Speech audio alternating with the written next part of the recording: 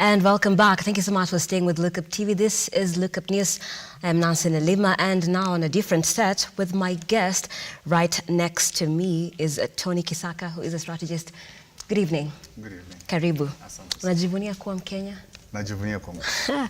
Okay, and on the far end is Mary Arivisa, who is a politician. Karibu. Asante. And what about you? An educationist, a politician, and well, I'm very happy to be a Kenyan, but I'm not very happy about very many things that are happening. Okay, and we'll be getting into that in just a few, as Kenya marks 60 years today. So 60 years, those are 6 decades. And as at independence, then the then government of our first president, Jomo Kenyatta, wanted to address the 3 enemies: poverty, ignorance, and disease. Where are we with that? Kisaka, I'll start with you. Unfortunately, we are still at that place where we're saying we want to address those things. And for me, looking at what we've been able to achieve in the last 60 years, we've done quite well, right, if I may say so. However, when I compare us to South Korea, because for me that's like a gauge, starting off at almost about the same time and where we are right now, I still feel that we are very, very far off from the mark. So we still have a lot of work to do to bring our country to where it actually ought to be. Right.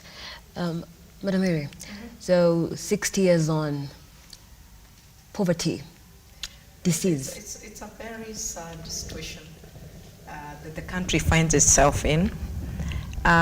Session of paper 10 of 1966, which was authored by a very great man, Tom Mboya, the late Tom Mboya, is what was taken from here and implemented in the tigers of the East. Right. Look where they are. Instead of us, we killed him and did away with it, and we never really implemented it. Look where we are still grappling. I feel very sad as a leader in post-independent Kenyan in the past 60 years.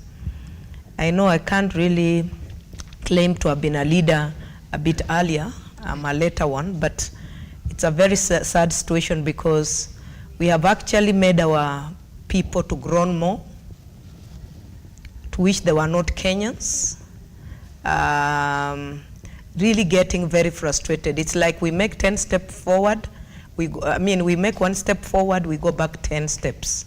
And that is very sad, and especially right now, if you meet very many Kenyans, they're telling you madaraka, because madaraka actually means mtu wa madaraka, your status has been improved. Right. And so they will ask you, madaraka gani, where have we improved? Actually, we've retrogressed our Kenyan people, and especially when we make them to pay tax on everything. So I'm happy I'm a Kenyan, and I'm hoping, and it starts and ends with the leadership. Right. We can't claim about because of COVID, because of Ukraine, all the world has had that. But people who are strategic leaders, they go ahead and make sure they're cushioning their people as they work out. And when you are working very hard and you're cushioning them, they know and they understand. So I have mixed feelings. I'm grateful because by the virtue of having been a leader at the County Assembly of Nairobi in the past session, I was able to travel a bit. Right. And let me tell you, this is the greatest country we have in the whole world. And we really are the ones who don't know how to take care of it. Okay, good point right there. And now that you brought the history, then let's go back as at the time of independence, because then the foundation of leadership matters, is very vital, very key. And as at the time of Jomo Kenyatta's presidency, which has come under fire from different people, the public itself and different leadership as well. So do you think our problem started then from inception as at independence? Yes, our problems started from inception, because if you really look at it, on 1st of June 1963, where we were, start with the Kenyatta family. In terms of wealth, where were they? Right now, they're one of the greatest or largest landowners in the country. So if you look at that, the question is, how did they get to where they are? Is it that they were very astute in business and in being able to create wealth? Or is it that there's other ways in which they've been able to amass the wealth they've got? And when you look at what recently we've been calling dynasties, how did these families get where they are? How did they get that wealth? Why is it that there are other people who cannot be able to get that level of wealth, right? And if you look at it from that particular point, I think that at the very beginning, when we now got into self-rule and when we got independence, up to this particular point, that at that particular point, there were people who were there for the country, but then there were people who were there to just now take care of themselves. And unfortunately, that's what we've been able to see from, year after year after year, especially with politicians. That there are very few politicians who have actually taken up that role and taken it to say that, you know what, I'm doing this for my country. And not for me, not for my family, but for my country. There are very few that have actually taken that route. And maybe quite a number of them, even going that particular direction, have found themselves being kicked out of politics, not being voted in because they're not seen to be for the people, in quotes. But in actual sense, it's that they're for the nation and not for themselves. Right. Yeah.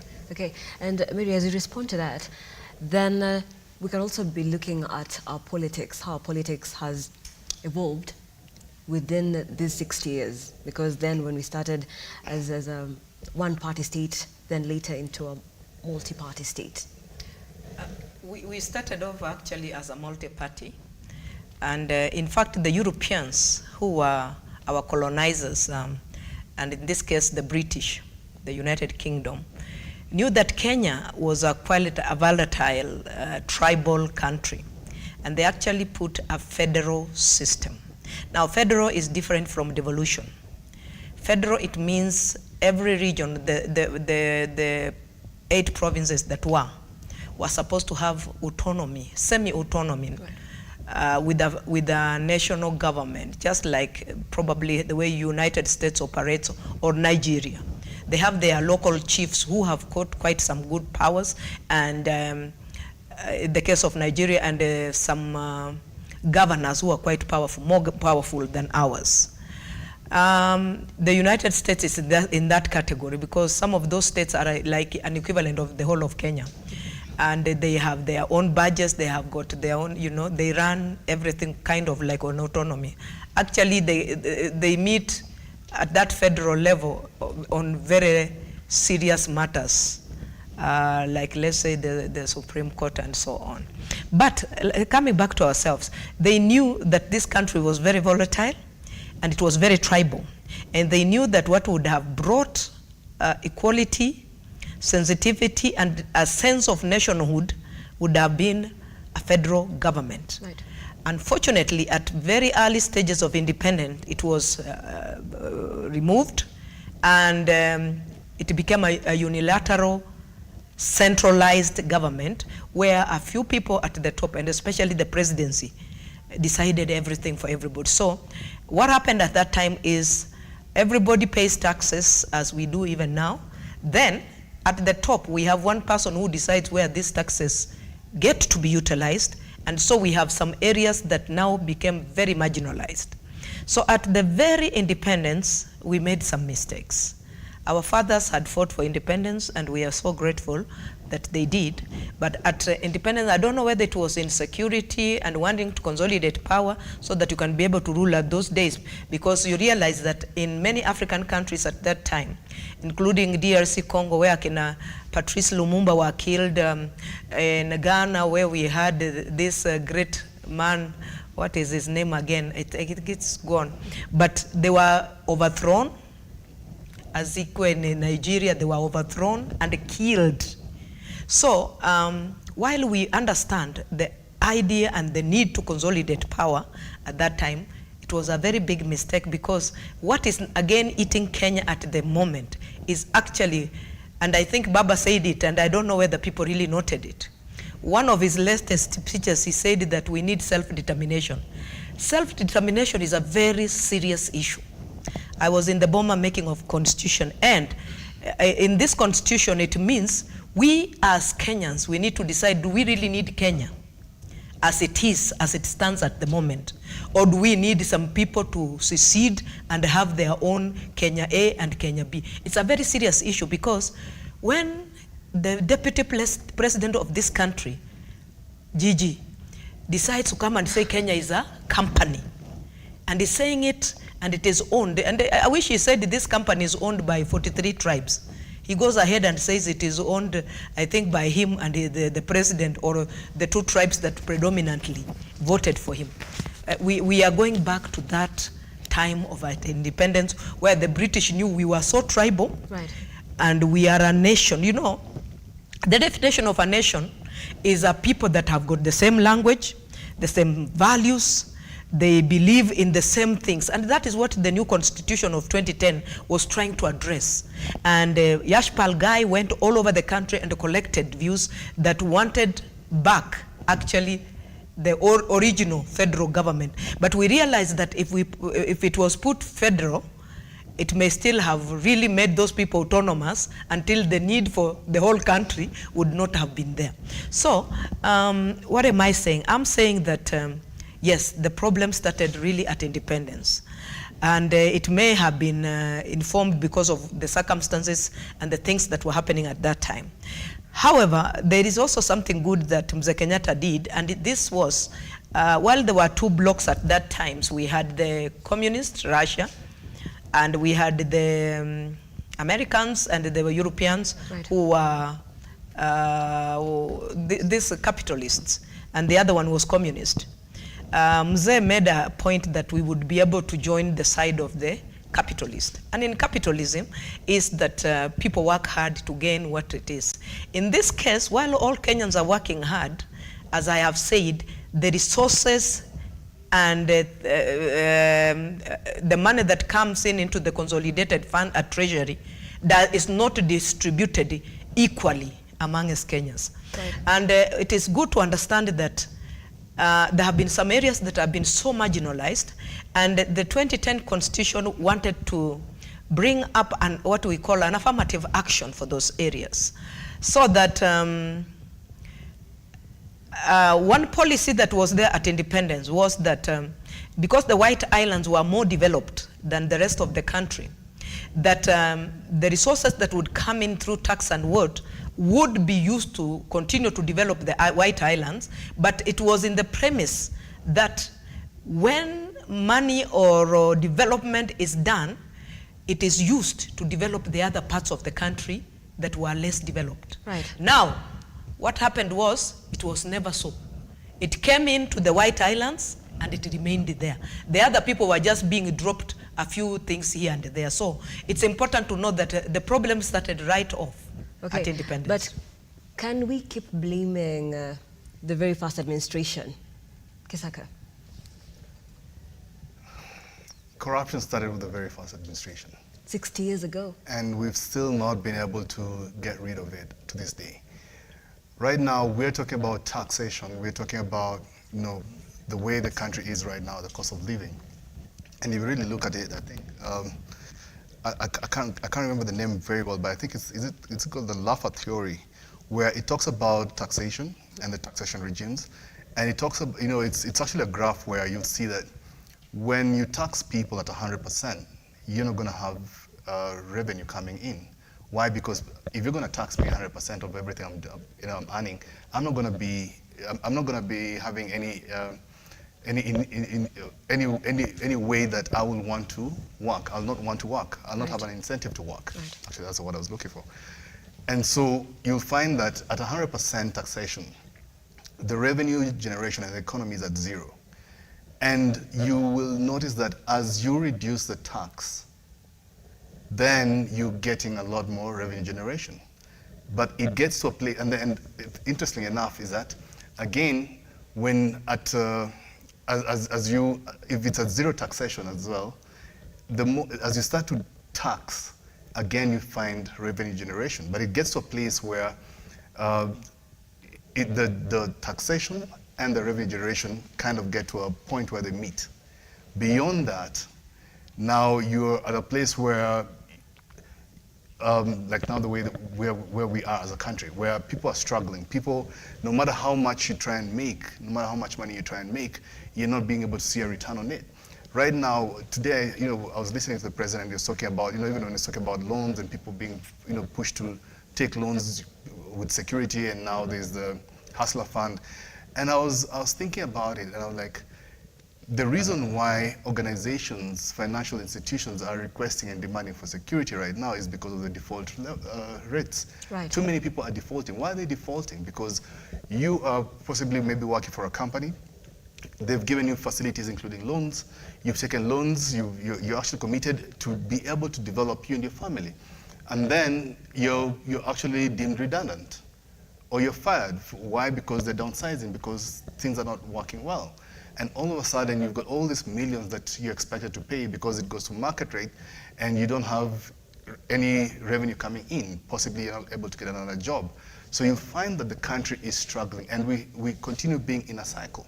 So essentially right now, where we are as a country, as we're talking about the cost of living, and we're talking about how do we generate more income, how do we make more money, how do we put more money into people's hands? For me, what I would say is that the answer is one, and it's a very simple one. Deal with the corruption. Because the amount of money we are losing because of corruption is more than enough to sustain this country. Yeah, the previous regime said 2 billion a day. I think that's being conservative. I believe it's a lot more than that. Right. And let's get into the president's speech today. The couple of promises to the boda electric bodas by September. There is now the second phase of the Hustler Fund. Mary, what do you make of these new promises that the president made at the Madaraka celebrations? This month, I paid, I'm on the token, so I paid electricity. I put in 700 using M-Pesa. And when it comes, 300 has been deducted for all the other deductions. So you see, 350 almost. It's even above what I had, half of what I would get for tokens. What I'm saying is, while the president may have good motivation for saying that boda will have electric motorcycles, when you get into that and electricity has already, it's consuming a half of what we put in, you see, it's like you are giving a person something with one hand and you are taking it out with the other. Because definitely, even that electricity, wherever it will be being charged, it will still be expensive, because our payment for electricity are very, very high.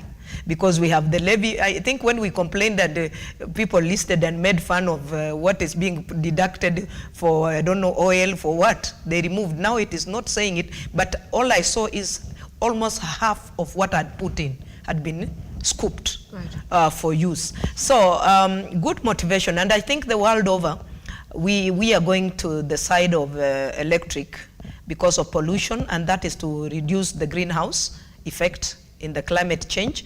However, it's not going to really be able to help those people to pay less if electricity remains high and we are paying as much. Secondly, the president promises on the Hustler funds and so on. The motivation may also be good, but we are having too many Kenyans now becoming, and you know, these things are addictions. I happen to have a relative whom I'm trying to sort out, because got into borrowing a lot of this, and some of them are being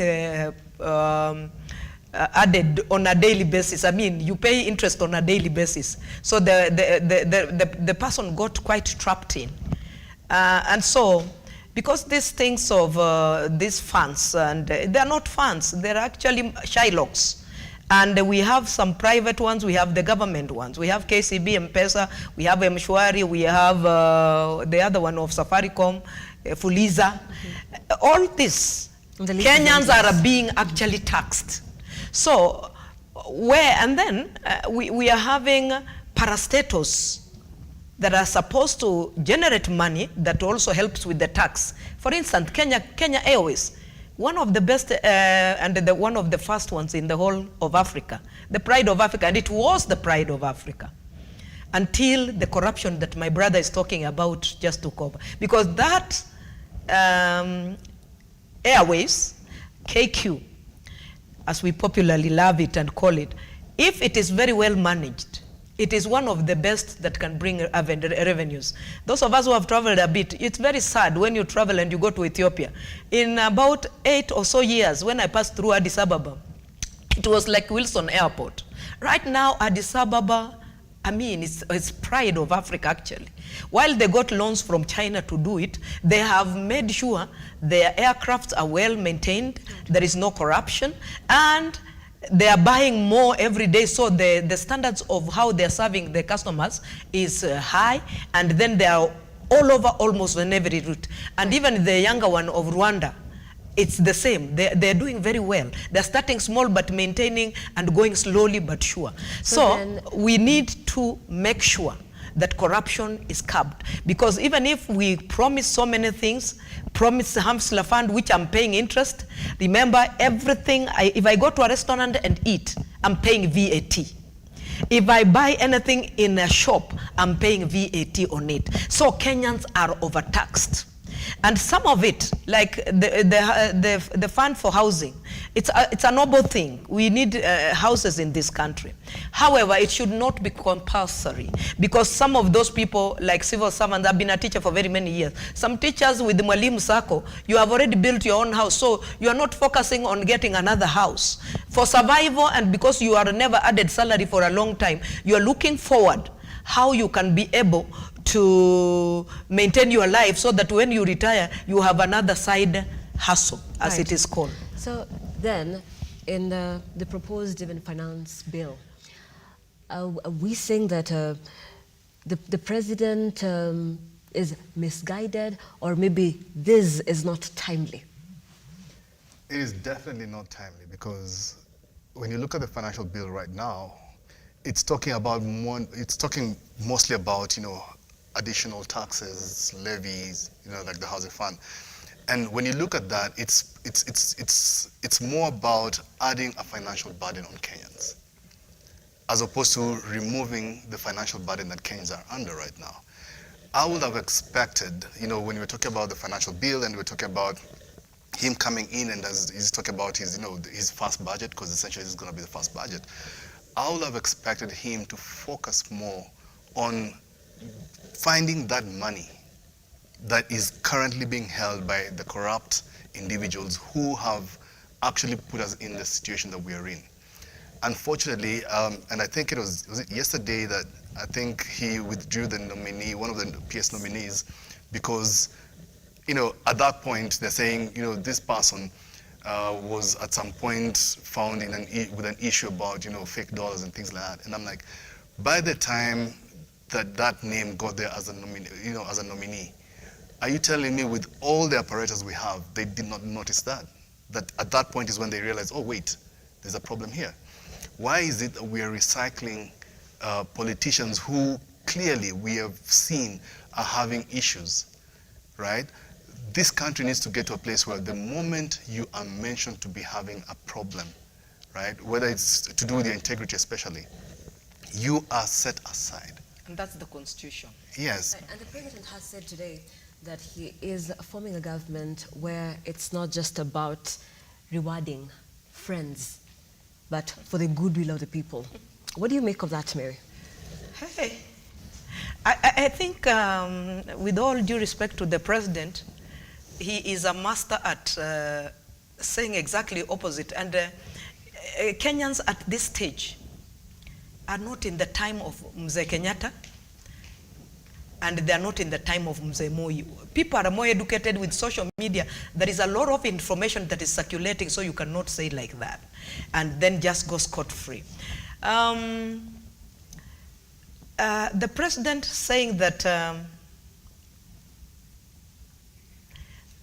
things are going to be much better, things are going to work, and the way things are, I could hear I'm a psychologist. I could hear his voice really trying to sound authoritative. But I think deep down in his heart, he knows that the country is on shaky grounds and something must be done. Taxation, in fact, experts will tell you a country never developed on taxation. We are being told that we are being taxed, especially the finance bill is supposed to remove us from foreign debts. Yet yesterday, is it the day before, we borrowed, I don't know, several billions from World Bank. So there is a lot of double talking which doesn't really bring in. Now, what the president? Is it though too early to judge the president? Less than a year in office. It's because of his what he was on the campaign trail. I wasn't on his side. Right. I was on Baba's side. But on the campaign trail, the president was very clear. He'll have zero tolerance of corruption.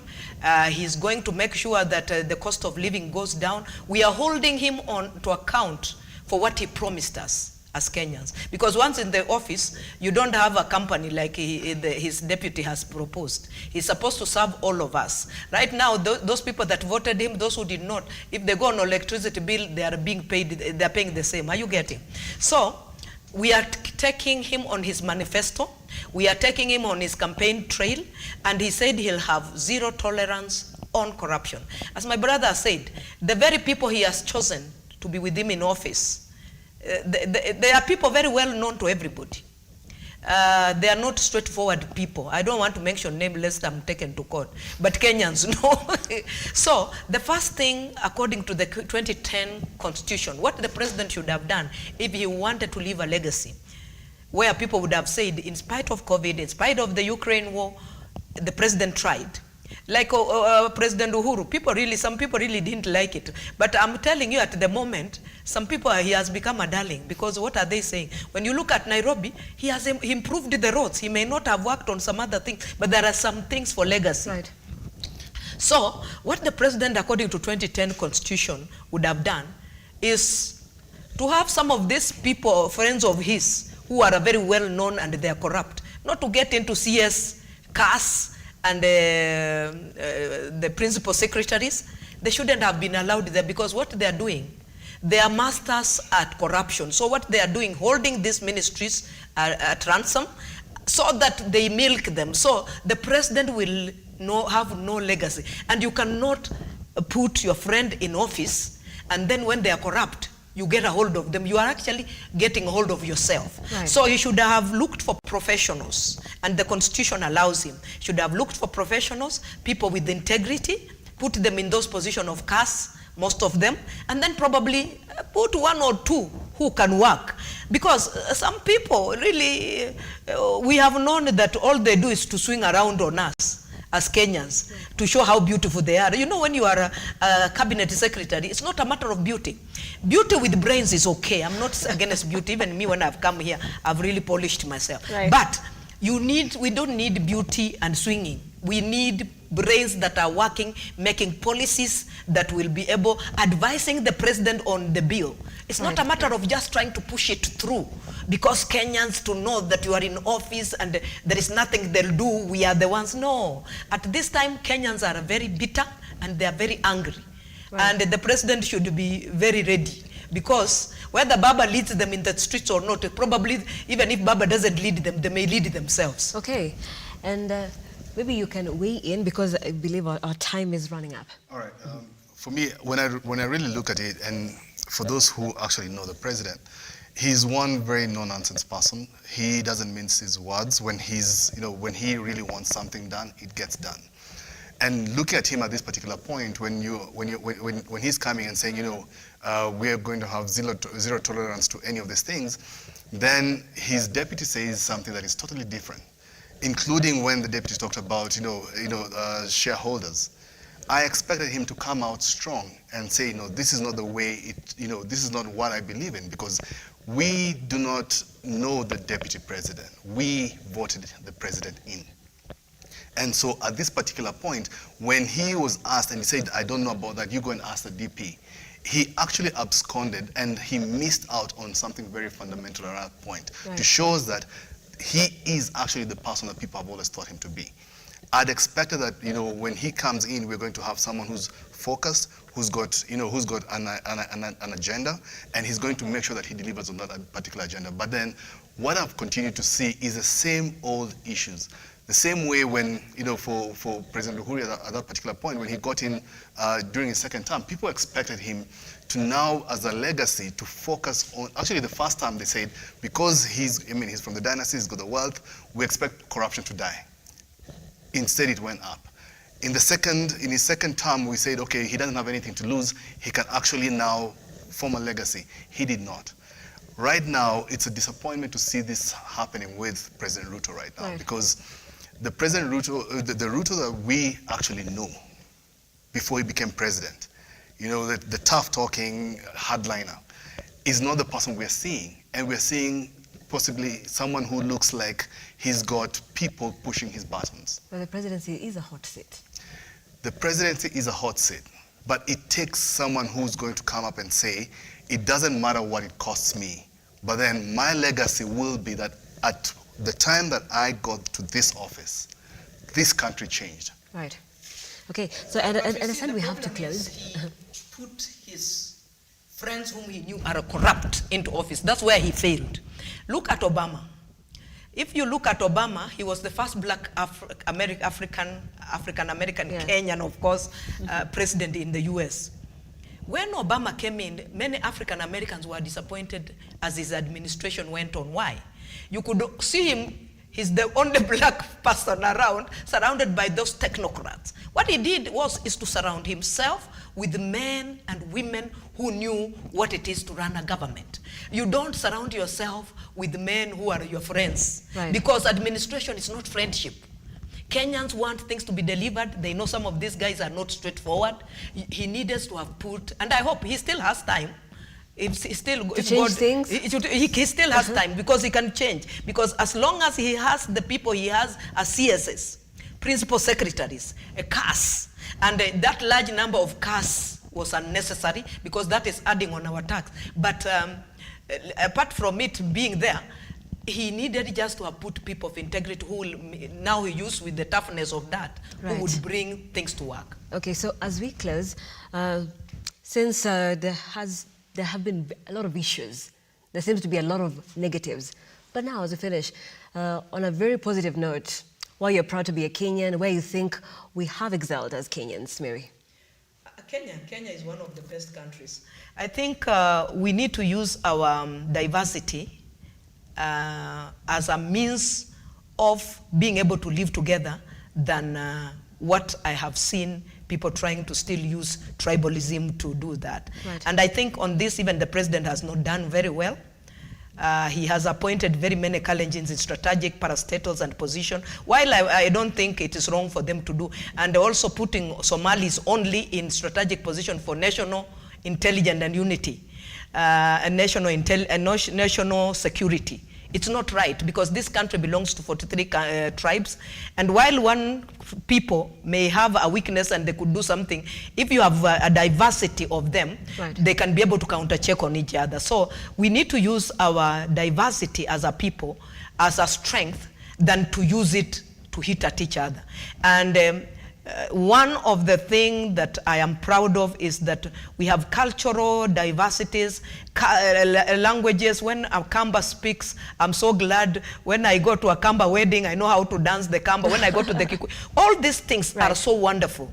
So there is so much that is so beautiful about the Kenyan people.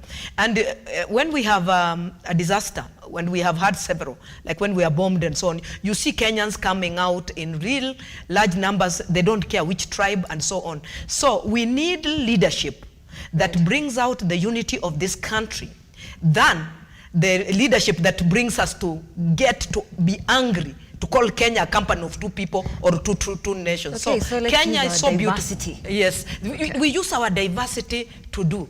I was just thinking even how we can be able as Kenyans to use the Maasai regalia. I went for a Maasai Luo wedding another day, and those guys came in their regalia, you know, with those beads. I was just thinking, why don't we as Kenyans, because the rest of the other tribe don't seem to have any dress, why don't we adapt the Maasai regalia dress with their beads as our national dress? Because even the Maasais are very well known all over. So we have so many good things about us as Kenyans. And what we need to do in our littleness at the moment, we need to get it, put it in a basket, and it should be shared proportionately. I won't say equally, but proportionately for people to feel they are part of this country. Right. So we don't want people who are taking us back to 1960. It can't work.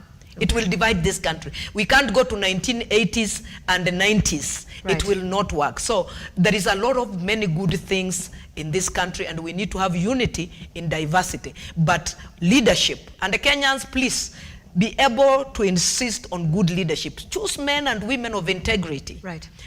And when people impose themselves and take power by force, let's force them out. We have what it takes to force them out. Okay, thank you. Well said. Yes, Kisaka? Well, for me, I would say, looking back, and when you look at the history of Kenya, right from the time that we were fighting for independence under the Mau Mau, the resilience of Kenyans is something to be admired the world over. That no matter what happens, no matter how far down we go, and even at this time when people are struggling with the cost of living and everything, Kenyans are a hopeful people, and we're always hoping for a better tomorrow. That's the one thing that I would say really strikes me. Right. And just as she was also speaking, I thought about it, I was thinking about it, and I said, you know, as we're talking about the cost of living, and we're talking about, you know, the fuel costs are very high. The funny thing is that we have stopped hearing the government and people talking about the oil that was discovered in Kenya. Right. That is something that we need to now focus on and see how much oil do we really have in Kenya. Because I remember I was a small kid back in the days when the first time when they were saying that, you know, there probably is oil in Kenya. And I remember that time, you know, the adults around talking and saying, unfortunately, you know, the Minister of Energy at that point must have taken kickbacks and things like that, and, you know, kind of blocked us from trying to discover how much oil we have and if we can be able to mine that oil. Right. So that is something that, unfortunately for me, much as we talk about the resilience, I feel that corruption has continued to have a chokehold on this country, and it's the one place where we need to put our resilience and say we are stronger and we are bigger and we are better than the corruption that is seeking to destroy us as a country. Right, and thank you so much. I know this conversation can go on and wind, but I appreciate you for coming. A well-timely conversation as Kenya turns 60. That is Mary Ariviza right there, who is a politician, and Tony Kisaka, who is a strategist. Thank you so much for being part of this conversation. I am Nancy Nelima, and let's keep the conversation going across all our social media platforms. Why are you proud to be a Kenyan as Kenya turns 60? At Lookuptv on Twitter, Lookuptv on Facebook, and Lookuptv on our YouTube channel. Have yourselves a pleasant evening, good night, and happy Madaraka Day.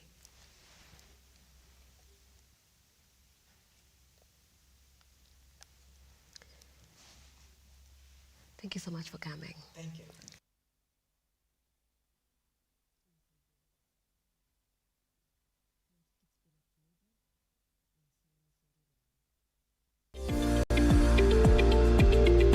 We value your feedback and welcome your complaints about our programming and operations.